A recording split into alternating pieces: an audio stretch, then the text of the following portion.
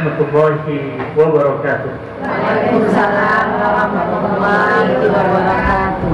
Alhamdulillah hamdan katsiran tayyiban mubarakan fihi kama yuhibbu rabbuna wa yarda. Ashhadu an la ilaha illallah wahdahu la syarika lah wa ashhadu anna Muhammadan abduhu wa rasuluh. Allahumma salli wa sallim wa barik ala nabiyyina Muhammadin wa ala alihi wa ashabihi wa man tabi'ahum bi ihsanin ila yaumiddin. Amma ba'd. Tibtum wa taba mamshakum wa tabawwa'tum minal jannati manzila. Amin. Itu yang terakhir doa itu. Amin. Ibu tahu artinya apa? Tibtum itu semoga kalian selalu dalam kebaikan. Amin. Wa taba mamsyakum, dan baiklah semua urusan kalian. Wa tabawwa'tum minal jannati manzila, dan semoga Allah tempatkan kalian di dalam surga. Baru tahu artinya kan? Gimana ibu semuanya sehat? Alhamdulillah. Alhamdulillah. Satu kebahagiaan di pagi hari ini kembali Allah Subhanahu wa taala pertemukan kita di majlis yang penuh dengan barokah ini, yang penuh dengan rahmat Allah, yang merupakan taman-taman surga yang ada di dunia. Majlis yang di dalamnya dibacakan Al-Quran, majlis yang di dalamnya ada tadarus. Tadarus itu adalah saling belajar. Majlis yang di dalamnya ada zikir kepada Allah Subhanahu wa taala. Dan ini semua menjadi sumber ketenangan dalam kehidupan kita. Karenanya kita puji Allah sebab Allah berikan kemudahan kepada kita untuk hadir di majlis ilmu di pagi hari ini. Semoga Allah yang Maha Baik berkenan selalu menjadikan kita hamba-hambanya yang baik. Karena dalam sebuah hadis Rasul bersabda, man yuridillahu bihi khairan, lanjutannya itu yufaqihu fiddin. Barang siapa yang dikehendaki oleh Allah untuk menjadi baik, maka Allah akan pahamkan kepadanya agama.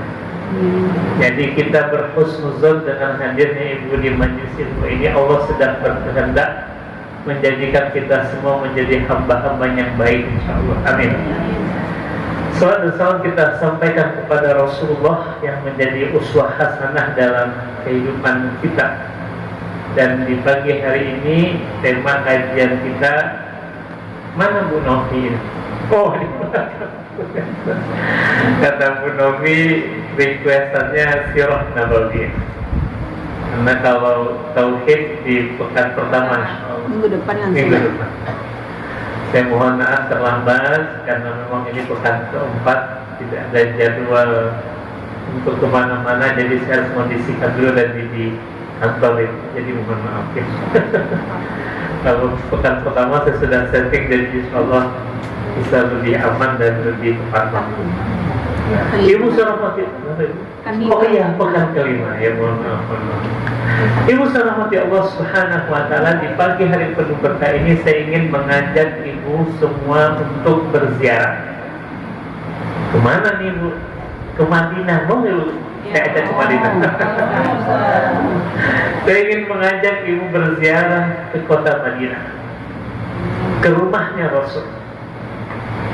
Tentu ziarah ini bukanlah ziarah hakiki. Kalau mau ziarah hakiki, yuk kita pesankan tiket bulan 10 dan insyaallah berangkat umroh.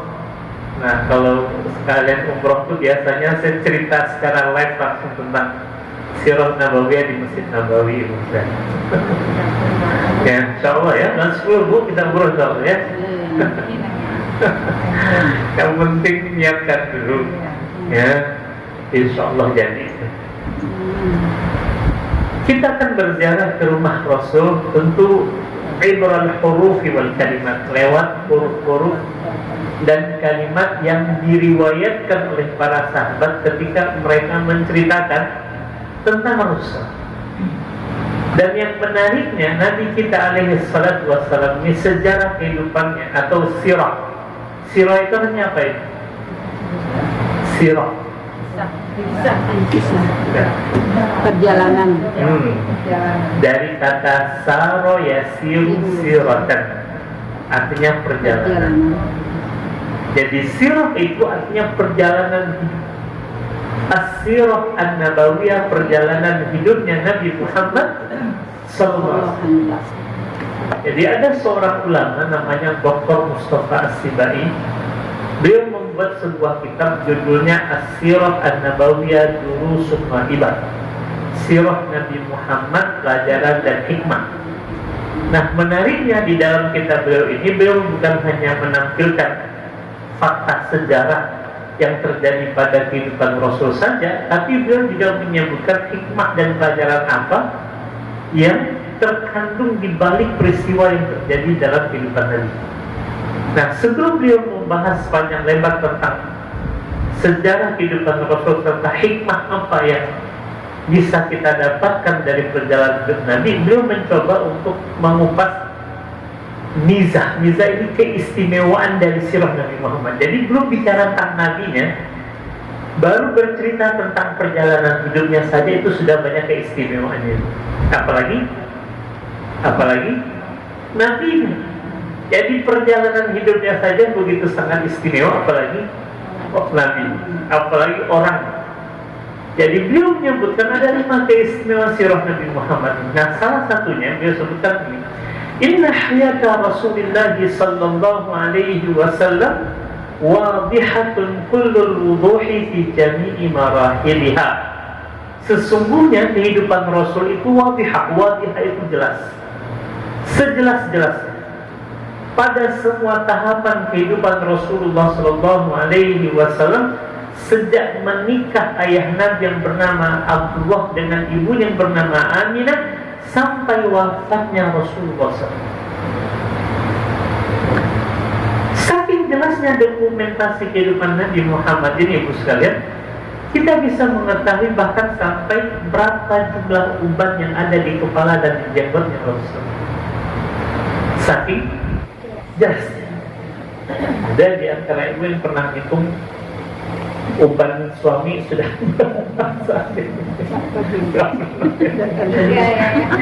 seperti bintang di langit misalnya. Tapi tidak dengan Rasul.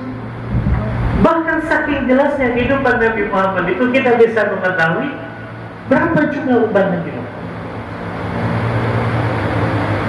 Kalau ubannya saja kita bisa mengetahui, apalagi dalam sesuatu yang lebih besar dari kehidupan Rasul itu. Maka tidak ada alasan bagi kita sebagai umat Rasul tidak mengenal Nabi Muhammad. Walaupun sudah berjarak 1400 tahun seperti Nabi Muhammad, nggak ada alasan nih. Saat kita kan nggak pernah jumpa Nabi, kita kan nggak pernah mendengar suara Nabi, nggak pernah melihat wajah Nabi. Terus gimana caranya kita untuk mengenal Rasul? Dari mana ibu? Dari sirahnya. Sirah itu berupa riwayat yang disampaikan oleh para sahabat ke generasi tabi'in ke tabi'in, dan begitu seterusnya dari zaman ke zaman, dan kemudian dibukukan sampai hari ini. Karenanya tidak ada alasan bagi kita untuk tidak mengenal. Nah, paling tidak kenalnya kita kepada Rasul seperti kita mengenali anak-anak kita. Dalam surat Al-Baqarah dan Quran Ibu memang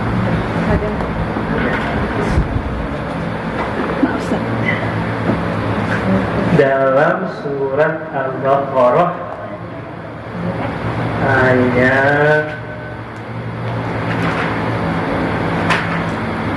di juz kedua ayat 146. Sudah lupa itu Al-Baqarah ayat 146. Lupa? Coba ibu baca. orang-orang yang telah kami anugerahi kitab Taurat dan Injil mengenalnya Nabi Muhammad seperti mereka mengenal anak-anak mereka sendiri. Oke, cukup di situ. Orang-orang yang telah kami berikan kepada mereka Alkitab. Tadi yang dimaksud dengan Alkitab itu siapa ibu? Taurat dan Injil yang Allah turunkan kepada Bani Israel. Berarti mereka ini umat sebelum umatnya Rasulullah. Tapi lihat, ya'rifunahu, mereka mengenali Nabi. Maksudnya Nabi siapa di situ?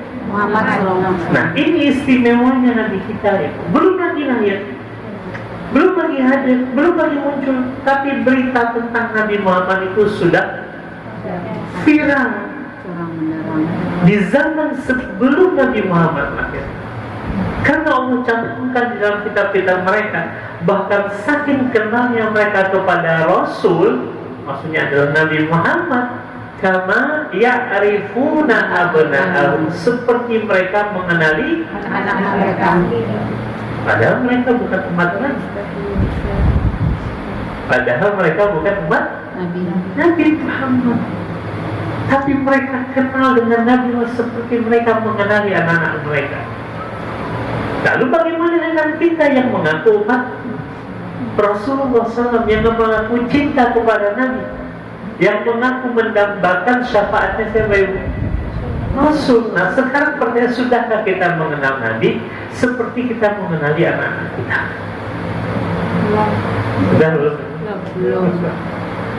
Kalau terhadap anak-anak kita kenal, luar dalamnya tahu, bahkan bau badannya aja tahu.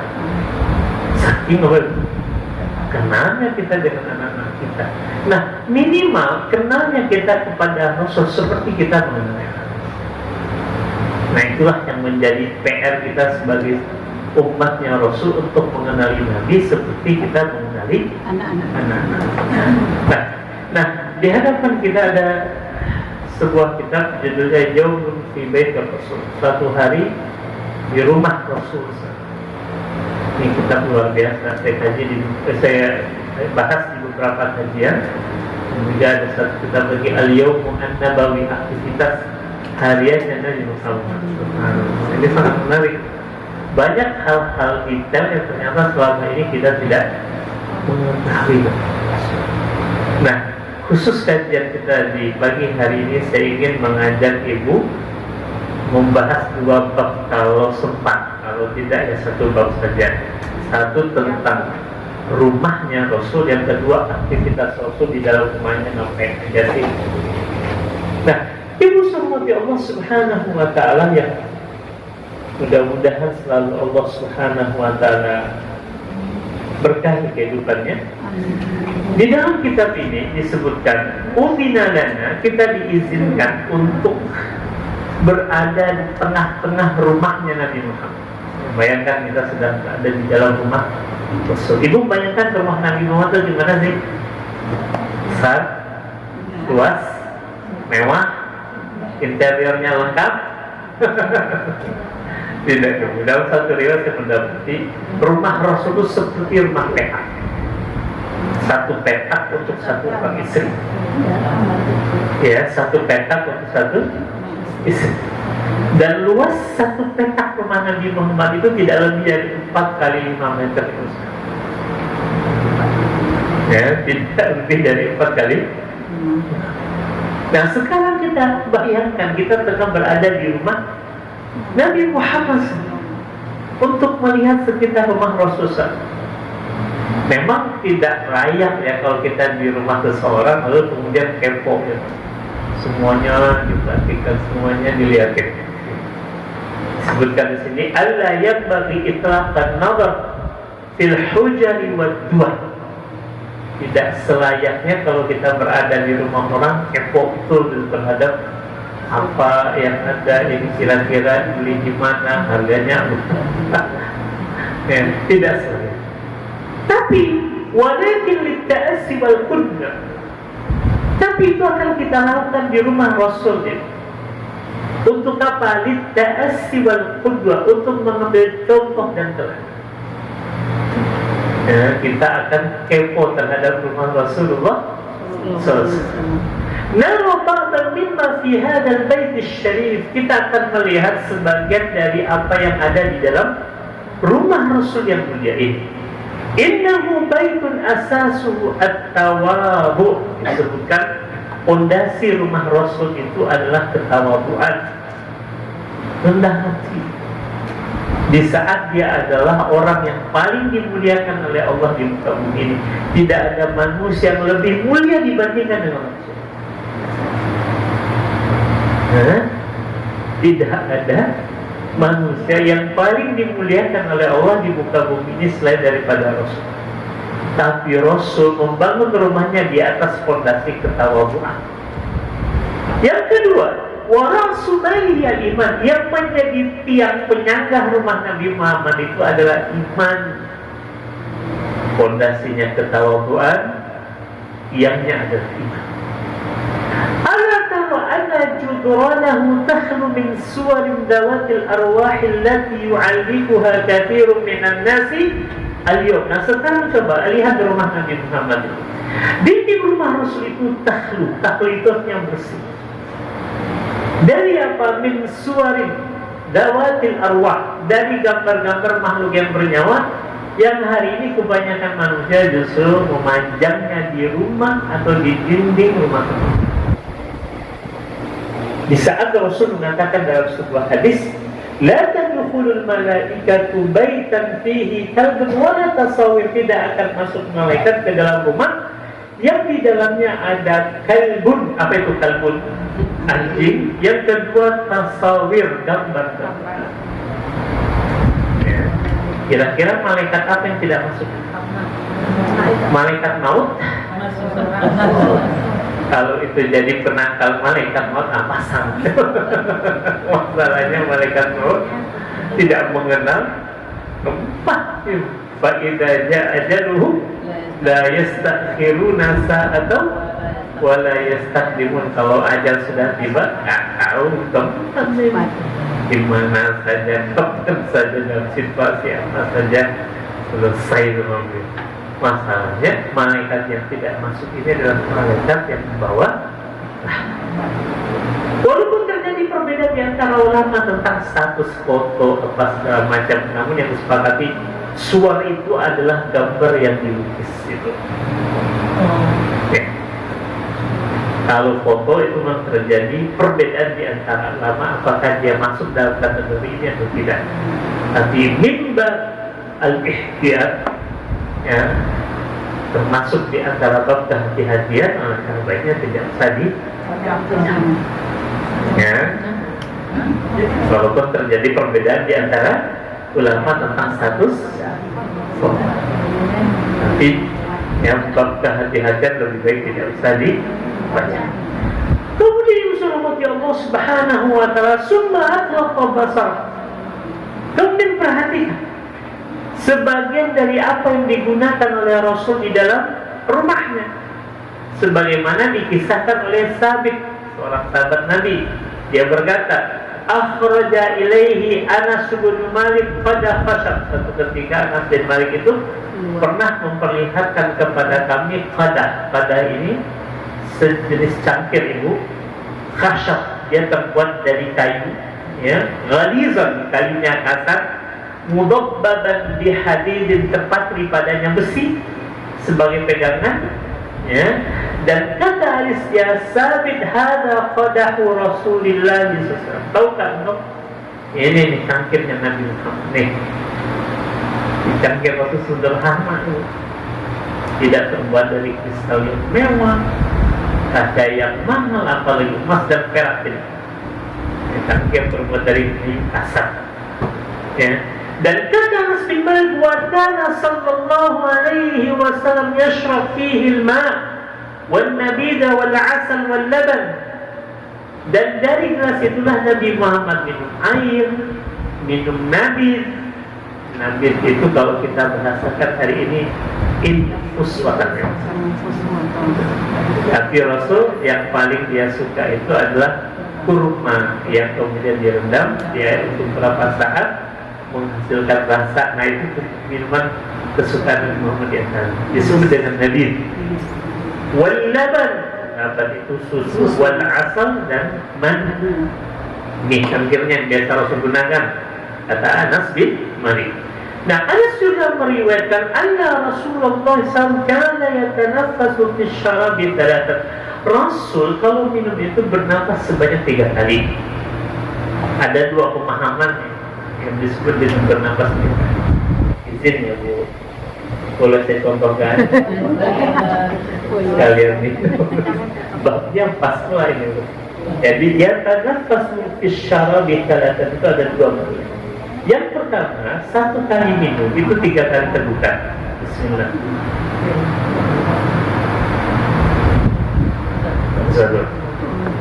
Mana yang kedua, sekali minum 3 kali tegukannya begini. Bismillah.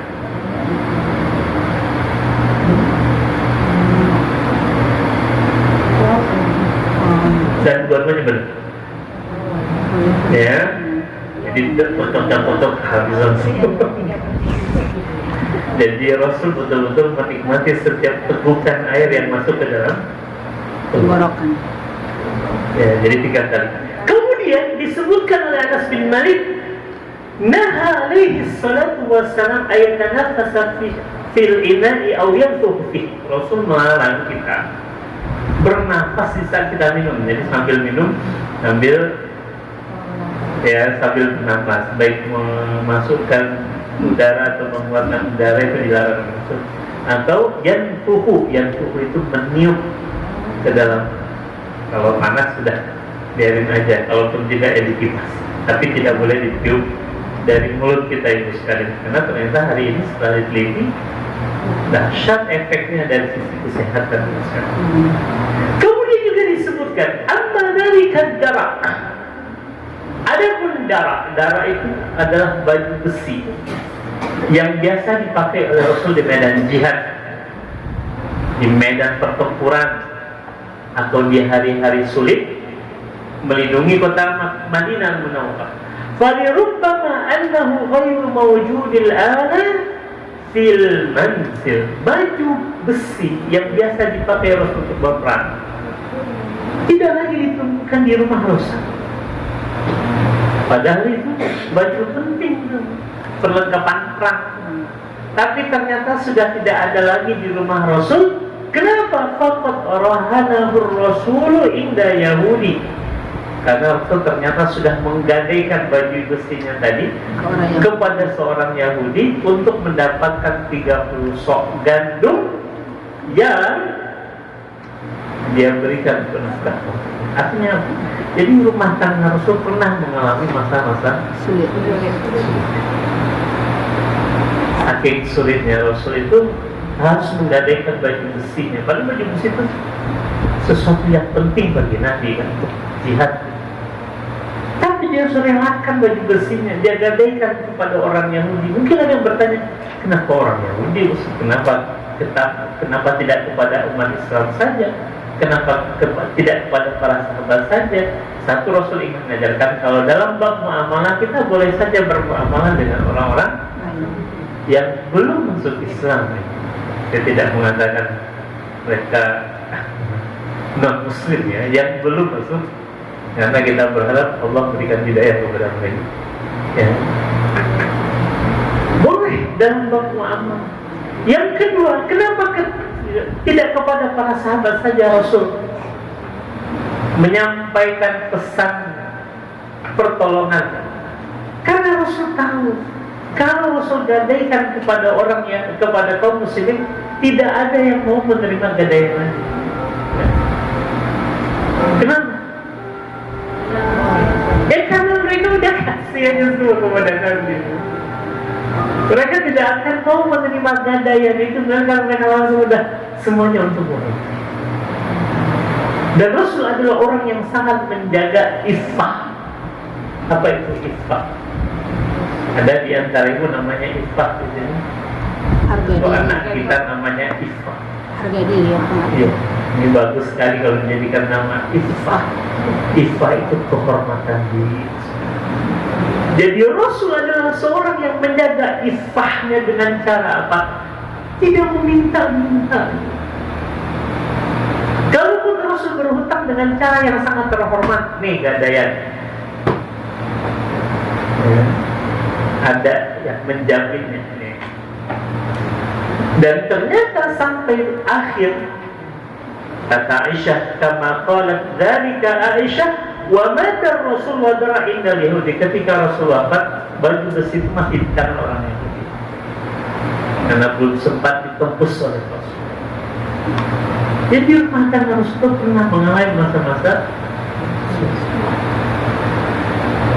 layaknya rumah tangga pada Allah. Sampai-sampai Aisyah radhiyallahu anha itu pernah mengatakan begini dalam sebuah hadisnya kan, dalam sebuah riwayat Imam Bukhari dan Muslim, inna kunna alu Muhammadin nanfusu syahran ma nastawfidu dinar. Kami keluarga Nabi Muhammad pernah 1 bulan, kata Aisyah, itu tidak menyala dapur api di dapur kami.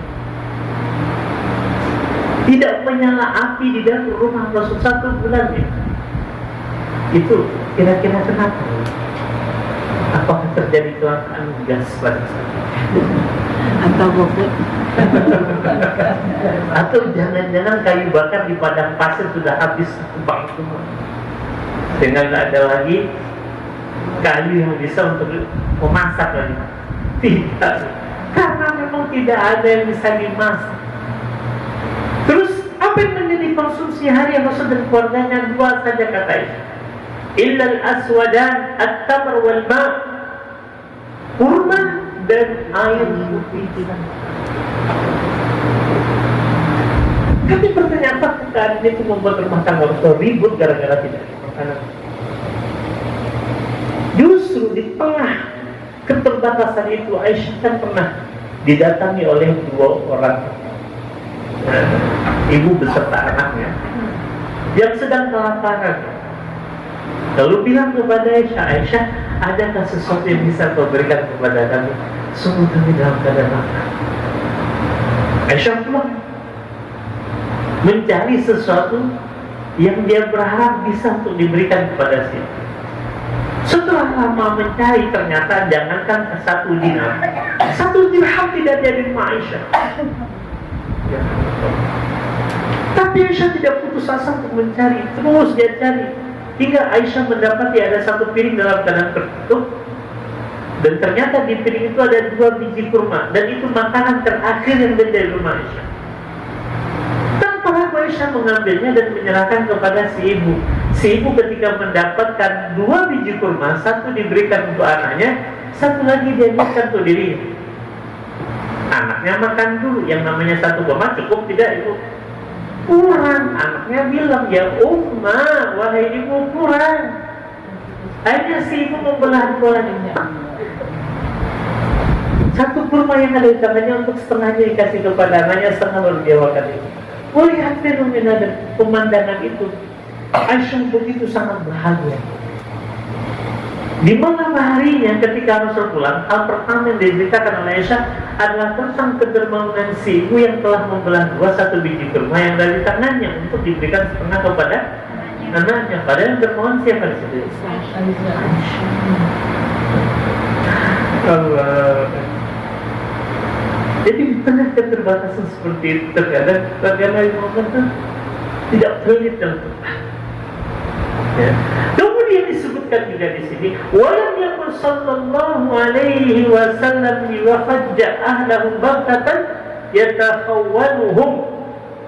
Nah, ini budaya surprise, memberikan kejutan, itu tidak pernah dilakukan oleh Rasul. Jadi Rasul kalau dalam satu perjalanan mau pulang, itu biasa Rasul akan berhenti di satu tempat dulu sebelum masuk ke kota Madinah, lalu mengirim utusannya, karena belum ada WhatsApp pada saat itu ibu.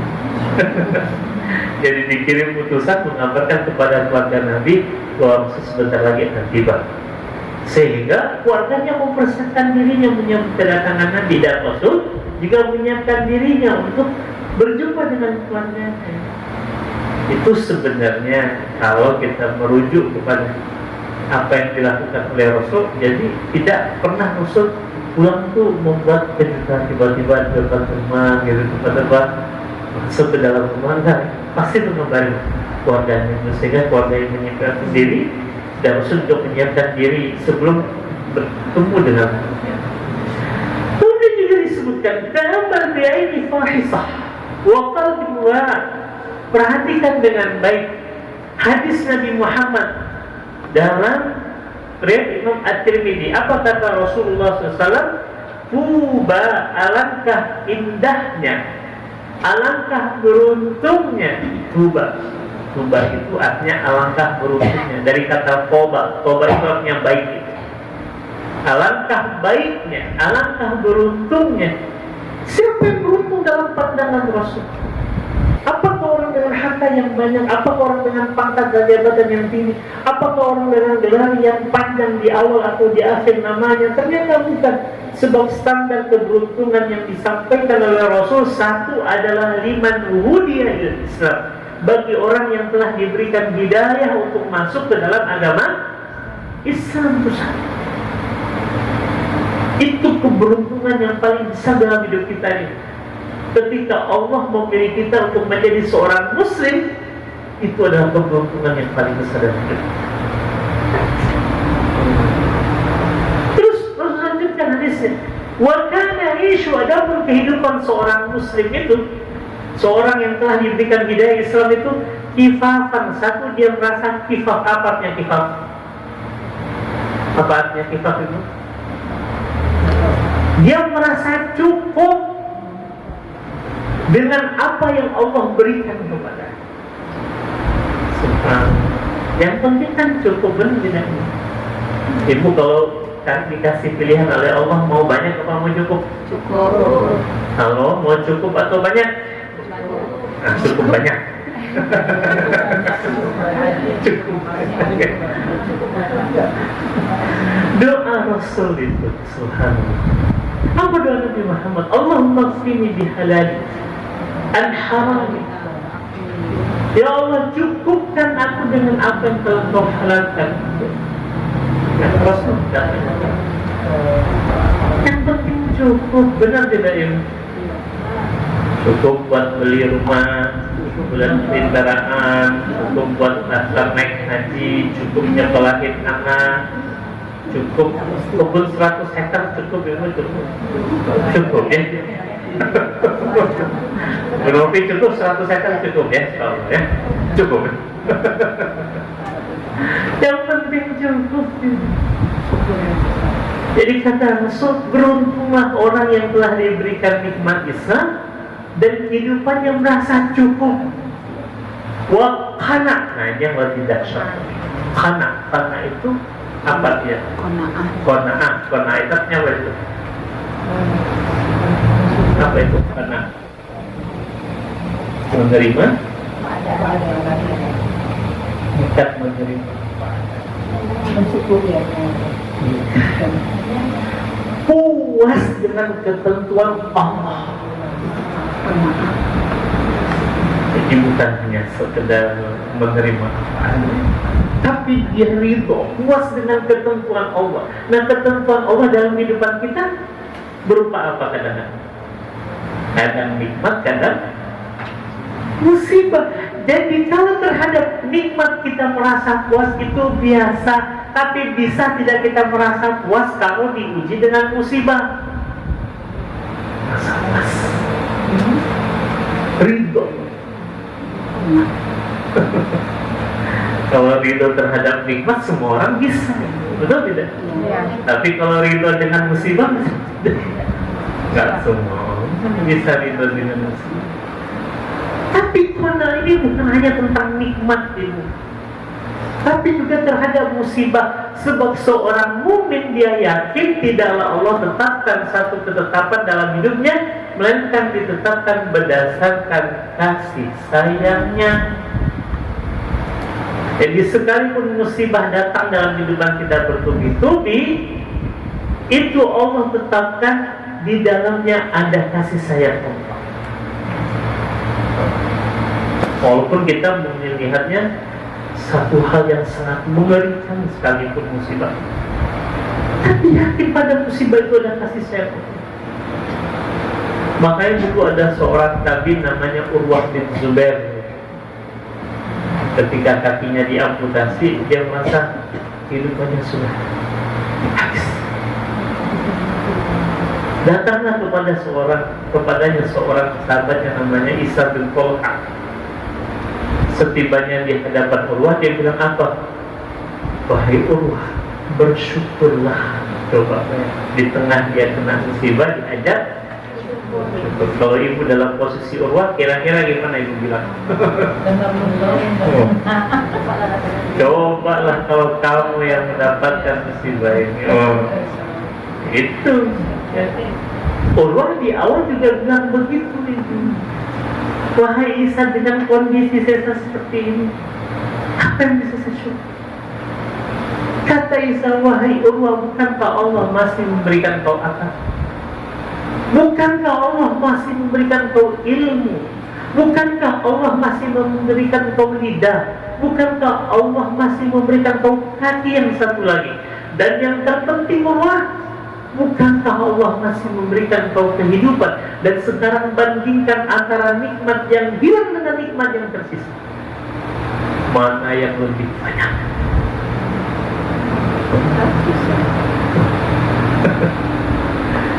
Langsung Allah seakan-akan dia tersadar itu, terbangun dari tidurnya. Apa aja kata dia itu? Wahai Isa, dari sekian banyak orang yang menyengukku, hanya engkau yang menghibur hatiku. Alhamdulillah. Karena kita fokusnya dengan musibah itu aja, padahal karunia Allah yang lainnya masih.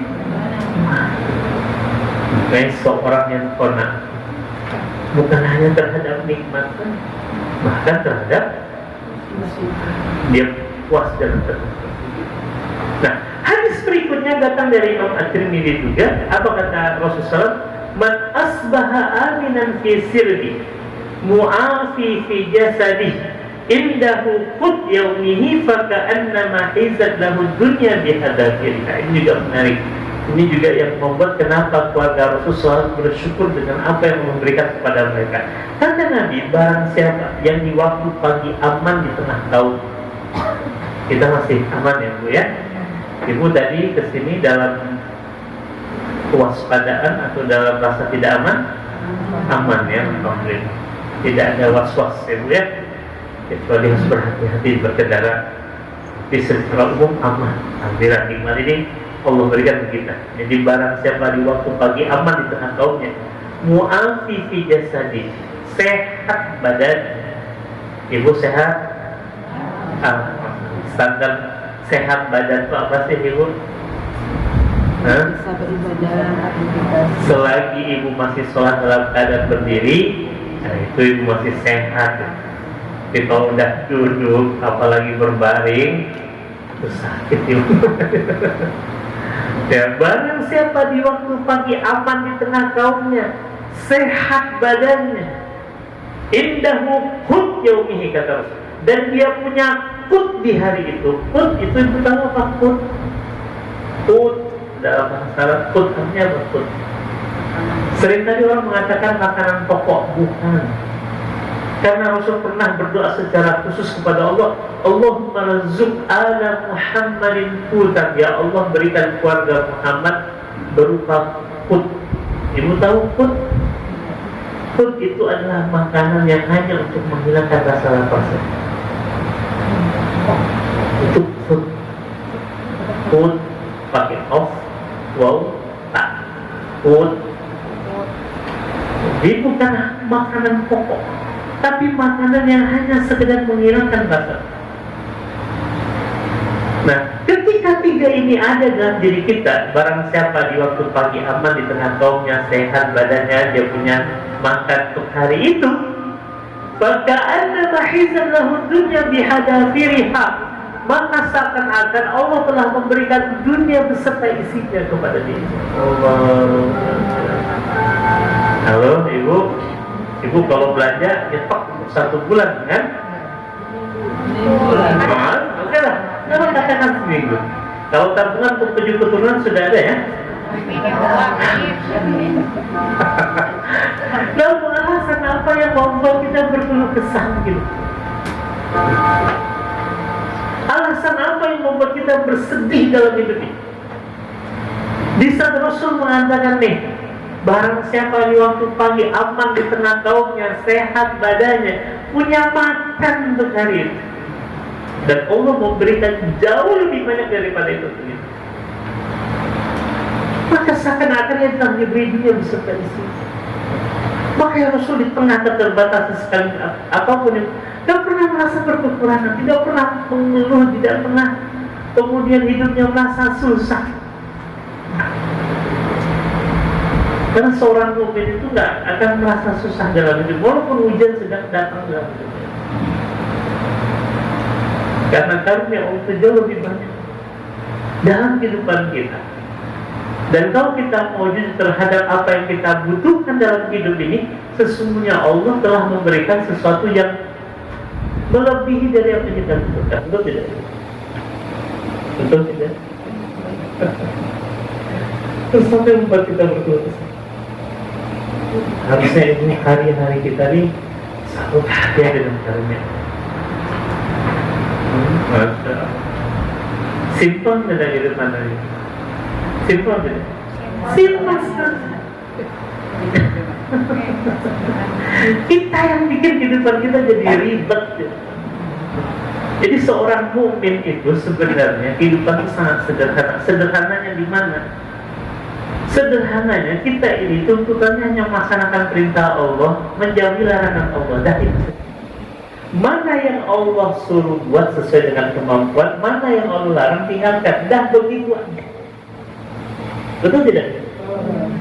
Terus kenapa jadi ribet hidup kita?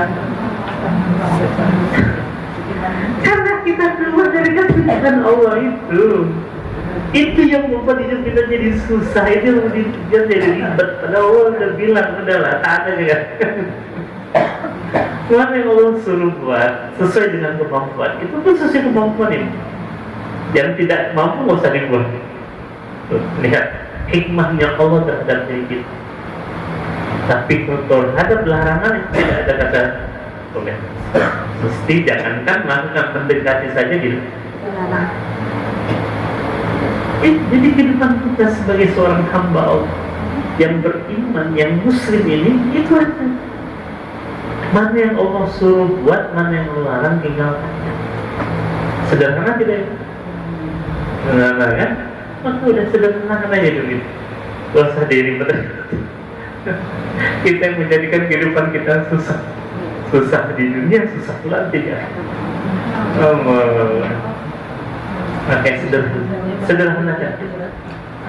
Melakukan apa yang disuruh oleh Allah sesuai dengan kemampuan, tinggalkan apa yang dilarang oleh kita.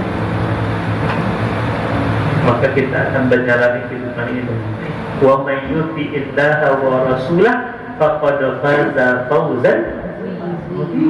Barang siapa yang taat kepada Allah dan Rasulnya, maka sungguh dia telah meraih kemenangan yang sangat besar.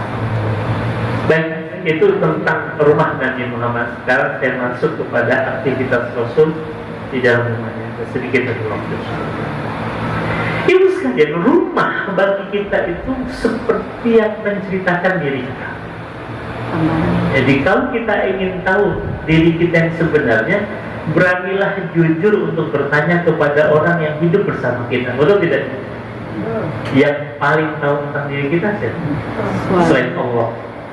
Ya, suami, anak, orang yang hidup bersama kita, mungkin ada pembantu di rumah. Ya.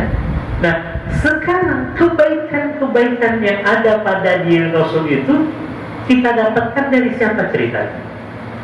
Orang-orang terdekat. Dari orang yang hidup bersama. Dari istrinya, dari pembantunya, dari anaknya, dari cucunya, dari tetangganya. Semuanya.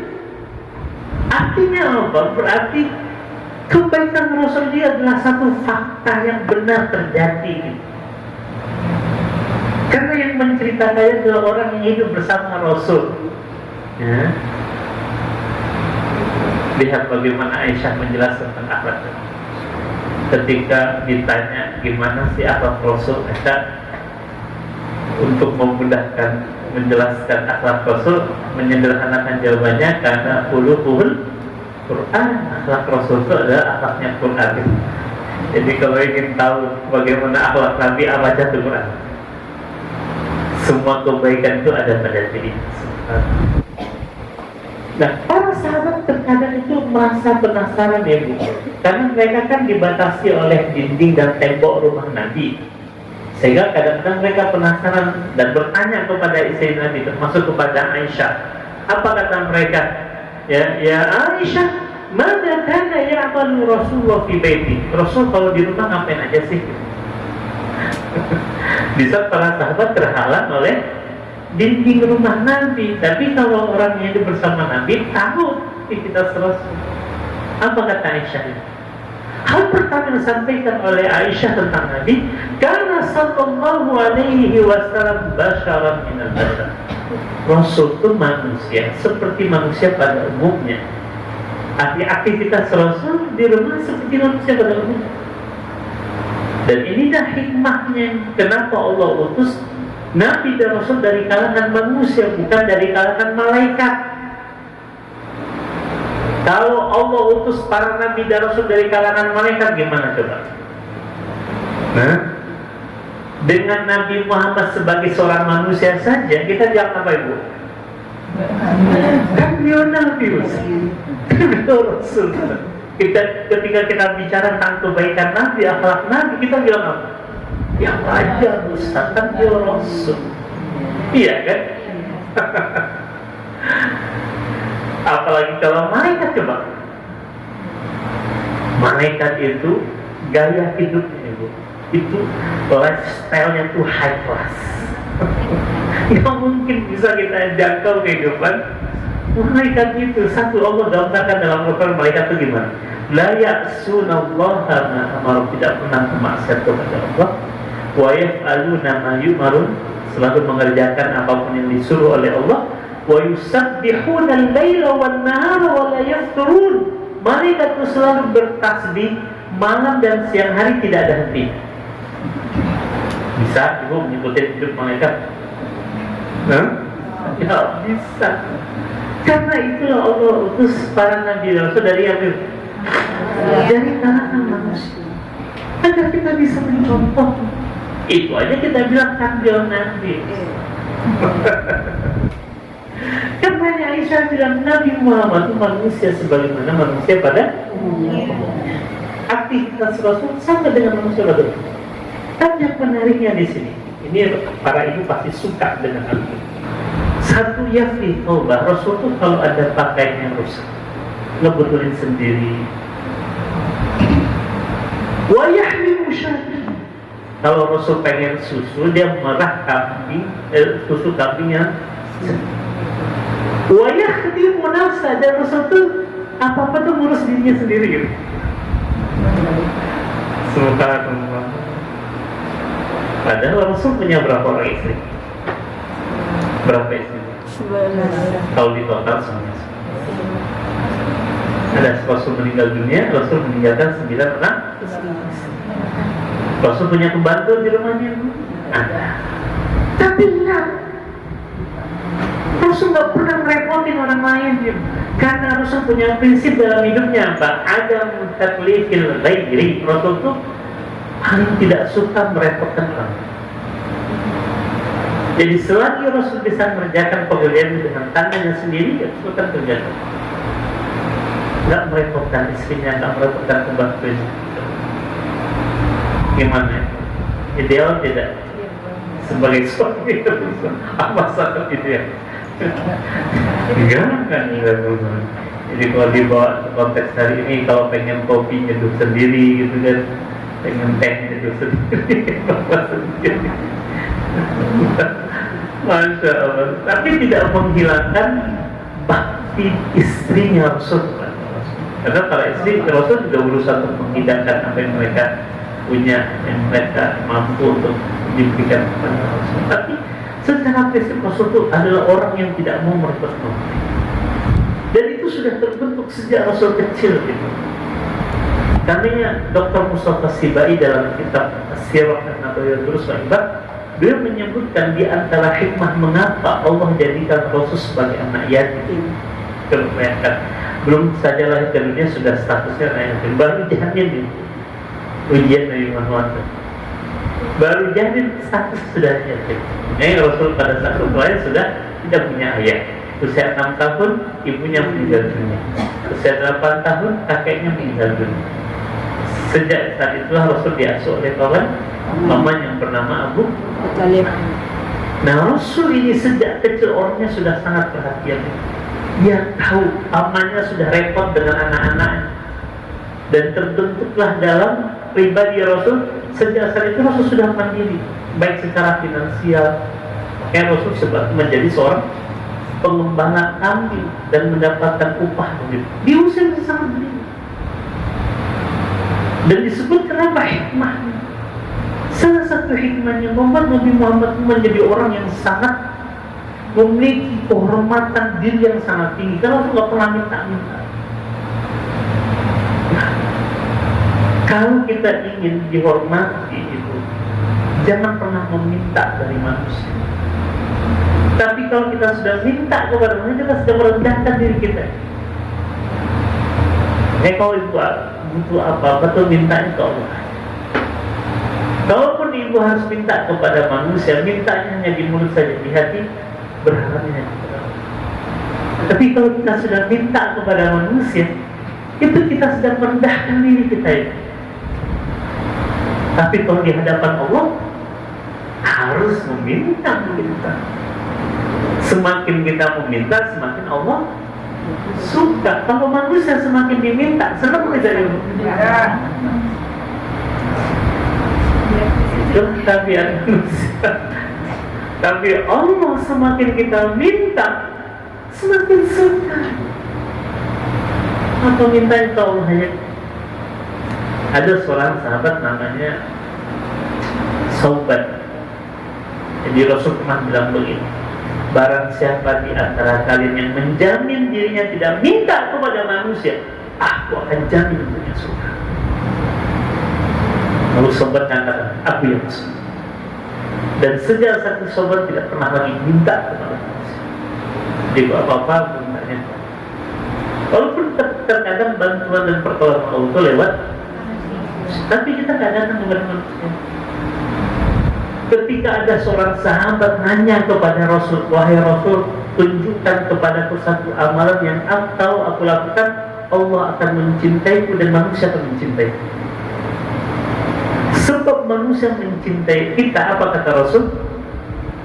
Wazhad fima indan nas yuhibbuk. Dan zuhudlah engkau terhadap apa yang ada di tengah manusia, maka manusia akan mencintai. Maksudnya apa? Tidak berharap dan tidak meminta-minta dari pasti orang suka dengan kita. Tapi kalau kita datang kepada manusia, minta kepada manusia tidak akan suka. Itu yang dimiliki oleh Allah sejak kecil. Makanya ketika berumah tangga, Rasul juga begitu, tidak pernah merepotkan istrinya, tidak pernah merepotkan Tuhan. Apa yang bisa dilakukan dengan tangannya sendiri, Rasul itu. Ya. Kemudian yang dihormati Allah Subhanahu wa Ta'ala, disebutkan berikutnya tentang aktivitas Rasul di dalam rumahnya. Walam yakun hunaka ma yushghilu Nabi an ibadah wa taqwa. Tidak ada yang membuat Nabi Muhammad itu lalai daripada ibadah dan taat kepada Allah. Sekalipun ia sedang sibuk mengurus urusan rumah tangganya, kata Aisyah radhiyallahu anha, kana yakunu fi mihani ahli fa idza sami'a bil adzan kharaja. Rasul kalau sedang sibuk ngurusin urusan rumah tangga, tapi kalau sudah azan berkumandang, Rasul meninggalkan semua. Jadi harus mendorong suami biar ibu saja yang menyelesaikan. Nanti saja kerjakan. Lalu Rasul kalau udah dengar azan, semua tinggal. Nah, ada cerita. Tarokat dunia khalfa, Rasul akan meninggalkan dunia di belakang. Kalau Allah sudah memanggil, nggak ada lagi yang lebih penting daripada panggilan Allah. Ditinggalkan. Makanya Nabi Muhammad SAW dalam riwayat itu nggak ada cerita Rasul sholat fardu itu di dalam rumahnya. Kecuali sedang berjalan. Kalaupun ada, itu karena sakit, dan sakitnya adalah sakit yang sangat parah, dan itu pun menjelang wafatnya Rasul. Ketika Rasul nggak bisa menggerakkan, tapi pernah Rasul sakit dan minta dipapah oleh para sahabat. Yang untungnya rumah Rasul ya dekat dengan masjid. Jadi nggak ada cerita Rasul sholat fardu itu di rumahnya. Tapi kalau sholat sunnah amat sangat dianjurkan oleh Nabi. Di mana ibu? Di rumah. Bahkan sholat qobliyah ba'diyah Nabi Muhammad itu di rumah. Dan memang Rasulullah wasiatkan agar kita menjadikan rumah kita sebagai tempat sholat kita, sholat sunnah, dan jangan kalian jadikan rumah kalian sebagai kuburan, kata Nabi, yang tidak ada ibadah di dalam. Makanya hidupkan amalan sunnah di rumah itu, dari tahajudnya, dari tilawahnya, dari istighfarnya, dari qiyamnya, hidupkan di rumah agar mau di rumah kita ini, masya Allah, barokah berjalan. Nah itu sekilas barangkali untuk sekarang untuk hari ini ya. Saya mohon maaf karena tadi saya izin sebentar dan sudah 1 jam dari pengajian kita ini. InsyaAllah sedikit ini mudah-mudahan memberikan pesan tentang bagaimana rumah Rasul, bagaimana aktivitas, masih sedikit itu. Kalau kita buka ini lagi, ini lebih dahsyat lagi. Suatu hari di rumah Rasul lebih dahsyat lagi. Ini kajiannya Bu Novi, saya juga kaji. Bu Novi banyak kajian, tapi istiqomahnya di Samsak. Masya Allah. Baik, itu saja barangkali ibu sekalian dan bermanfaat. Ya, dan insya Allah kalau tidak ada lagi kita berjumpa pekan depan. Temanya tentang tauhid insya Allah. Aku kalau lihat ada Rasulullah ibaratum kita doa dulu. Na'udzubillahi minasyaitonir rajim. Bismillahirrahmanirrahim. Alhamdulillahirabbil alamin wassalatu wassalamu ala asyrafil anbiya'i wal mursalin wa ala alihi wa ashabihi ajmain. Allahumma ighfir lana dzunubana wa liwalidina warhamhum kama rabbawna shighara. Rabbana zalamna anfusana wa in lam taghfir lana wa tarhamna lanakunanna minal khasirin. Rabbana la tuzigh qulubana ba'da idh hadaytana wa hab lana min ladunka rahmah innaka antal wahhab. Allahumma inna ala dzikrika wa syukrika wa husni ibadatik. Allahumma inna nas'aluka ridhaka wal jannah wa na'udzu bika min sakhatika wan nar. Allahumma inna nas'aluka al-huda wal tuqa wal afafa wal ghina. Ya hayyu ya qayyum bi rahmatika nastaghith. Aslih lana sya'nana kullahu wa la takilna ila anfusina tarfata 'ain. Allahumma qina bihalalika an haram wa aghnina bifadlika amman siwak. Rabbana qanni'na bima razaqtana wa barik lana fima a'taytana. Rabbana hab lana minas salihin. Rabbana hab lana min azwajina wa dhurriyyatina qurrata a'yun waj'alna lil muttaqina imama. Rabbana atina fid dunya hasanah wa fil akhirati hasanah wa qina adzaban nar. Subhana rabbika rabbil izzati amma yasifun wa salamun alal mursalin walhamdulillahi rabbil alamin. Taqabbalallahu minkum minna wa minkum taqabbal ya karim. Qulu qawli hadza wa astaghfirullaha li wa lakum. Subhanallahi wa bihamdika asyhadu an la ilaha illa anta astaghfiruka wa atubu ilaik. Assalamualaikum warahmatullahi wabarakatuh. Waalaikumsalam.